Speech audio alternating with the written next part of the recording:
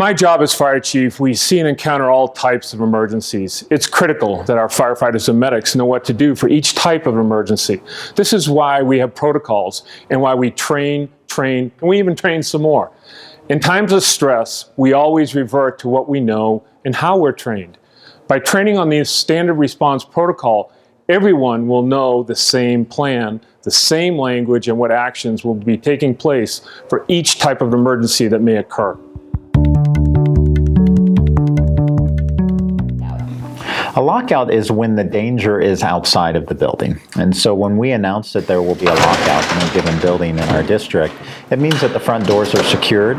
Students and staff can go about their work within the building, but no one would leave the building. So all activities inside the building would continue as planned, but no one from outside would be permitted in the building.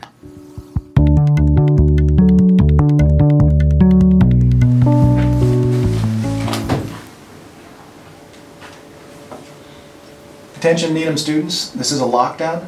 Locks, lights, out of sight. During a lockdown, staff pulls all their students into their classroom if possible, turns off the lights, locks the door, and they are quiet. And they wait until they hear from law enforcement.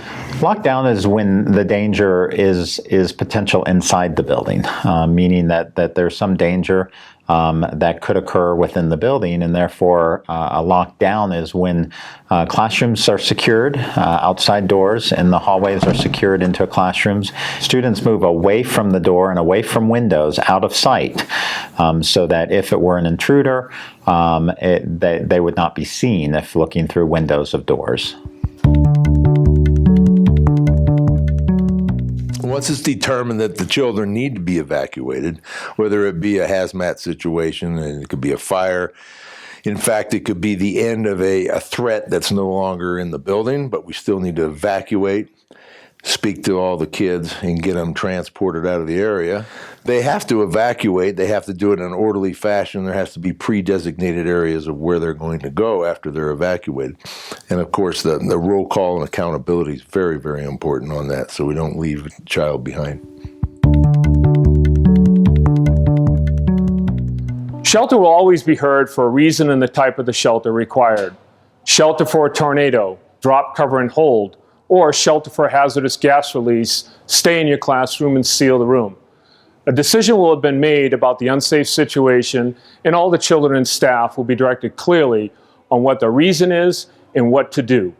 Again, everyone needs to remember this is done in a calm, effective, and safe manner. We are all in this together, and so what happens at school happens in our community and happens in our homes. And I really believe that parents have a right and a responsibility to talk to their students about lockout, lockdown, shelter, and evacuation. Because it doesn't only happen at school, it can happen in your community or at your home. And so getting a plan and being consistent with it is so important for our children. Each of us has a responsibility for our own safety and well-being, as well as for others.